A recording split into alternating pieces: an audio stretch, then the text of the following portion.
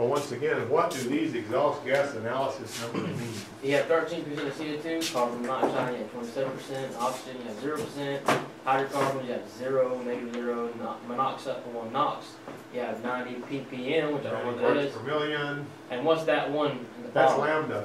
Lambda, what's lambda? Lambda, we talked about it earlier. I think. Fuel mixtures. Oh, fuel mixture. Yeah. Alright. Well, that's basically when it's at 1.0, it's at 14.7. That's every 14 molecules So of air it's a little bit low there. wants to be married to one molecule. All right, let's see how y'all did. You ready? We're gonna back up, we're gonna go backwards through these things. All I right? kind of skipped some places and I went to the next one by accident on the same time. So How does the PCM maintain heater temperature? What's the feedback method? open closed loop. You remember? There's a resistance. Yeah, it's watching resistance. Oh. Yeah, ER. Okay, you got that? What does that DTC mean? Clogged. Not clogged, not necessarily clogged. It can actually, failed, it can be totally passing just as beautiful as you've ever seen, but it can be, Failed catalytic converter. it's not storing oxygen, yeah. That's basically what it means. What's the typical resistance for the O2 sensor heater? 12, 6? 6. Somewhere in that neighborhood, you may find 4, you may find 5, you may find 7, you may find 8, but about 6 is usually what I see. The rear O2 sensor behind the cap can affect fuel trim? Yes. It can. Which Left. of the above, left or right, shows good catalytic converters? The left one does. What does it mean when the downstream O2 sensor is switching at or near the same rate as the upstream? Failed. Failed cat. What are the two most common open loop modes? Full throttle and crank and idle, I think it is. Yeah. Warmed up and idle. Well, cold engine and Cold wide open engine. throttle. Those are the two most common open loop modes. If there's another problem with the system, it'll go into open loop for that reason. But the most common open loop modes are those. What does closed loop mean? Warm engine, idle. You gotta do better than that. If you wrote that, slap yourself. Hey. Here's what I want to hear. Whenever somebody asks you what closed loop means, it means it's when the oxygen sensor is in this loop. In other words, the oxygen sensor, the PCM's paying attention to the oxygen sensor is the easiest answer for that. Fuel contaminated engine oil happens when a vehicle goes too long between oil changes. What will this do to the long fuel trim? Make it go up. Really? I never heard that before. What is the fuel well? Anytime you go a long time without changing your oil, you know, some of your blow-by is going to go in there and contaminate the engine oil, and there'll be be some gasoline in it. Now, this is a brief little story that I need to tell, and I've told this before, but it's important. One time, my dad called me. My mother was driving a '91 Chrysler at the time, and he says this light came on, this power loss light, whatever it was. It's kind of like a check engine light, but that's what Chrysler. And I said, turn the key on 3 times and see what code it flashes out. He goes, I ain't fooling with that. You know, I mean, he was a mechanic for 30 years, but he don't want to switch on the key and watch the light flash. So I want to switch the key on 3 times, and it flashed 17 times. And I said, that one means that the engine's running too cold. It needs a thermostat. So he said, well, I can put a thermostat in it. So he put a thermostat in it, and worked it out, and all that kind of stuff. And he drove it for a few days. And then he called me again, and he says, I went out to the shop, you know, he has a little shop out there. He says, and I jacked this thing up, I changed the oil, and now it won't idle. And all I did was change the oil. And I says, well, think about it this way. The thermostat was open all the time. It was running too cold, which means it was running too rich, which means it contaminated the engine oil. It had factored all that in with the fuel trims. And now it's like you got a carburetor out of adjustment because you don't have that gasoline in there it was dependent on for part of its mix. So what you need to do is take the battery cables off. Or reset the computer. And let it, you know, do that. And he said, okay. So he did that. Everything's fine. But I mean, I had to think my way through that one, you know, because it was a few days between the oil change and the thermostat replacement. But we had this Power Stroke diesel. This is funny as all get out. You can't flood the diesel. Yeah, he can't flood diesel. It came in there and it had learned to run the Huey pressure, you know, the oil control pressure for the injector way up high because it had low fuel pressure. And when they put a fuel pump on it, now it was getting too much fuel. And when they spin it over, it just puff out lots and lots of white smoke. You know, because I troubleshot it. I said, it's only got 22 pounds of pressure. It's supposed to be 55 to 80. And they said, well, it's got a bad low pressure fuel pump, which is between the valley riding on the camshaft here. So they popped the fuel pump in there and got it trying to get it started again. And my shop foreman, he looked and talked like Slim Pickens.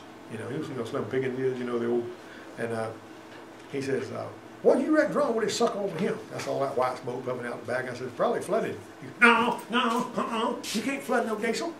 I said, well, I don't know, you just asked me what I thought. So he goes back over there, and I thought he was going to burn the starter up on that darn thing. He got spin it, jarring battered. So he said, come over here and see if you can figure out what's wrong with this sucker. So the scan tool was already plugged in, and whenever we went to start it up, I saw the fuel control pressure go up to like 3,500 pounds. And I said, hey, Eddie, take the battery cables off this thing for a little bit. So he took the battery cables off. And while we were standing there waiting for a few minutes, he goes, now you tell me again how you can flood a diesel. I said, well, you know it fires on compression, and you get 2 degrees Fahrenheit for every pound of compression. You got 450 pounds of compression, that's 900 degrees. You put that fuel in the mix, it's going to bust off. Unless there's so much going in there, it cools it off. You can squirt enough fuel in there where it cools it off, even though it's so that even the compression, and all you're seeing is this white smoke coming out the back. No, he's doing all this stuff. So okay, whatever. Then he put a battery cable back on. It fires up. No. He's still shaking his head, saying no. But anyway, but we all learned something that day, I guess. All right, this is the Chevy exhaust system. Which one is HO2S12? A. That's going to be because Chevy's number 1 cylinder on the right side.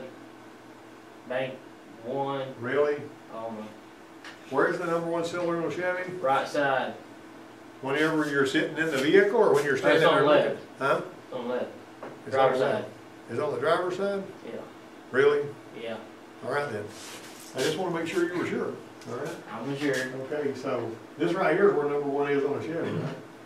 Mm-hmm. Okay. That's And D. it's over here on the Ford, because number 1's on the passenger side, right? You got it? All right. Which of these traces is the downstream? It's going to be the blue one, because it ain't doing much. Right? Yeah. Now, if the map or MAP sensor fails so that the PCM believes it is at high altitude, which way does the fuel trim go? It's gonna run rich because the altitude it's set for is such a perfect. Why would it put altitude. more fuel in there if the air is thinner at high altitude? I don't know. It goes lean because the cal's in there. It goes lean and it adds fuel. And here's what happens. Whenever it says, it's figuring into its calculations, oh my goodness, I'm at 4,000 feet. That means the air is at this much pressure. That means I can expect this much pressure to be coming in. So I'm going to only put this much fuel in here. Then the oxygen sensor says, hey, what are you doing up there? We don't have enough fuel down here. And so it starts dialing the fuel trims up. So here you are looking over here, and it actually has increased the fuel trim to compensate for the less fuel it's putting in there because of the screwed up, you know, and the problem is not the O2 sensor, it's not the fuel pressure. And if you look at your mass airflow and it says that the mass, if it says it's high altitude, in other words, instead of having, you know, 30 inches of mercury or 14.5 per square inch or whatever, and it's reading like it's 24 instead of 30. I mean, I've run into that before on map sensors on Jeeps and stuff. That's why it does that, so, you know. All right, question 6, if the oil filler cap's removed with the engine running, the fuel trim readings change, why does this happen? Didn't throw a bad EGR reading. No. Is the air able to creep in through the piston rings? Not through the piston rings. What happens is the PCV valve is always pulling air through there, but it's metered by the mass airflow sensor, right? This is on a mass airflow system. I should have clarified that. I typed these questions in about 10 minutes this morning. But if it's pulling air through the oil filler cap, that's an unmetered air leak. So you're going to be under-reporting the air that's actually there, right? And so if you under-report, what happens?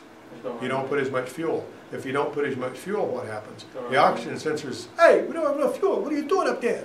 and it starts jacking the fuel trim up to satisfy the oxygen sensor. So the fuel trim's gonna go north whenever you got me? And so the oxygen sensor goes south and the fuel trim goes north to pull it back in line. You got that? That's what we're trying to get you guys to understand here. If the O2 signal hangs at 0.8 volts, what is 0.8? Is that rich or lean? It's rich. That's rich. If it hangs at 0.8, now I was talking earlier about it hanging at 0.6 and it bucking and jerking on crosslers, but if it hangs at 0.8, it's basically going to pull the fuel trim way down. And if it pulls it down far enough, you know, it may cause the engine to start losing power. That's when it bucks and jumps on the crosslers. But I hadn't seen much of any of them do anything quite as violent as the crossler does on that, or it used to do. They don't do it anymore, I don't think. What happens to the O2 signal when a fuel injector wire breaks while driving? Lean. That's O2 signal goes lean, fuel trims go rich, right? See, if I keep hammering on this, you guys will get it eventually. What happens to the O2 signal when EGR begins to flow? You know, you guys know, don't you? What's the O2 signal do when EGR is flowing? Huh? It leans out. Actually, well, fuel trim is going to go down because if you're cutting off the oxygen, that's going to make it think it's running rich, right? So it's going to go up when EGR starts to flow. And then when EGR goes off, it's going to go back down because inert gas is going in there that's displacing some of the oxygen. You got it? The old Jeep instructor, Dick Kennedy, that was up there in Atlanta, he used to say, if you put a spot of cigarette lighter fluid this big on the table, it's going to burn hotter than if you just put that much. See what I'm saying? Some of the it takes up some room in the combustion chamber is what it does. So there's not as much oxygen in there to do anything with. That makes it run cooler so you don't make oxide. What would happen when I block my EGR valve off? It would probably ping and burn a hole on top of the piston. All right. Sure. What happens to the O2 signal when the cylinder begins to misfire? Let it run. I'm talking about not the fuel trim, the O2 signal. Oh. It's gonna run. It's gonna lead it go up. Why? Production, because it's not burning all the oxygen, isn't it? Huh? It's not burning the oxygen off. It's gonna read more oxygen. So you're saying it's going to read, well, is more oxygen is what? Lean. Lean, not rich. You said going to go up. Let me know. Fuel trim's gonna go rich. Fuel trim's going to go up because the oxygen sensor is going to go lean because the oxygen, it ain't smelling gas, it's smelling oxygen. You got it? All right. How can you determine which wires feed the heater or the fuel sensor? Huh? Blue and orange. What about it? Be two wires the same color. Two wires the same color, maybe brown, maybe black, maybe white, but they're going to be the same color Oh. because it's not polarity sensitive. It don't care which side if it's just the heater part of it. All right, did everybody have a good time? I did, but some of this stuff is going wrong. Oh, I'm sure you're making up as you go. So,